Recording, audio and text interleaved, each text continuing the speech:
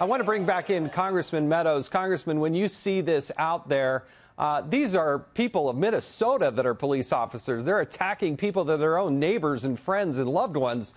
But what's your reaction to this? Well, what a difference 20 minutes makes. You know, inside the arena just a few minutes ago was really lifting up and honoring the law enforcement and giving them the respect that they're due.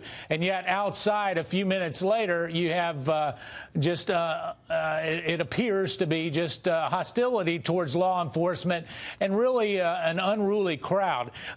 Listen, this is all about making sure that they can try to intimidate future Trump rally supporters and goers, and that's just not going to happen, Jason. You've seen this time and time again. You've covered it.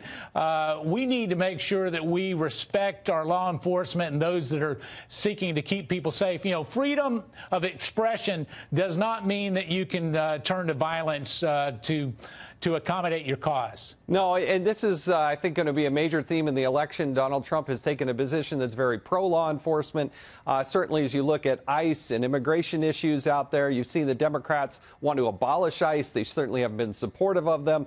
They have been calling them all kinds of names across the way. But I got to tell you, I think you're going to see this. I mean, this election is still more than a year away, and you're seeing what kind of violence will want to break out. For people who are trying to express their First Amendment rights, the mayor in this situation certainly didn't happen. What was your reaction when you heard what the mayor was saying about Trump's pending visit? Well, the mayor was an unbelievable partisan instead of a public servant. And when you look at him trying to charge for security detail far and above what previous events have been charged, you know, I think it just the American people see it for what it is. It's, a city mayor that didn't vote for this president, or probably didn't vote for this president, and certainly not supportive of him, trying to make a political point instead of serving the public, not only there in Minneapolis, but we see that across the country. So what we need to make sure of is we take that message of freedom and hope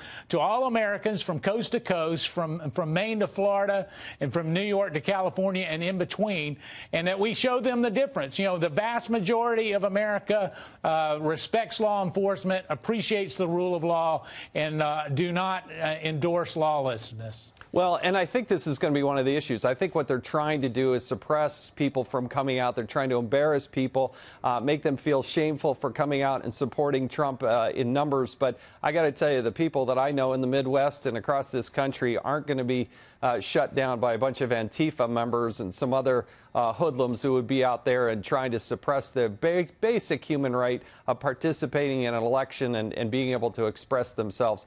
Congressman, I got one other thing. I've got to shift gears a little bit about the whistleblower.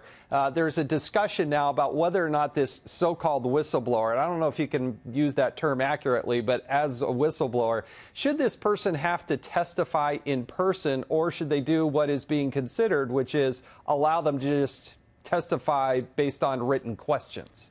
No, listen, Jason, you have experience with this. You were the chairman of the Oversight Committee, and you had jurisdiction over whistleblowers and that whistleblower protection.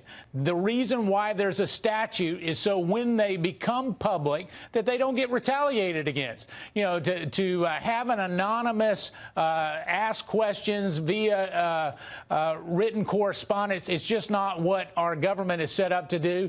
If the whistleblower wants to come forward, they need to be identified. They need to have protection, but at the same time, they need to be cross-examined to see what their motivation. You know, we're learning tonight that there's particularly a bias, potentially a bias from a partisan standpoint. So we need to make sure we hear directly from them. All right, let's go back and talk about, I don't know, Congressman, if you have the feedback to be able to see these pictures that we're able to see here on camera.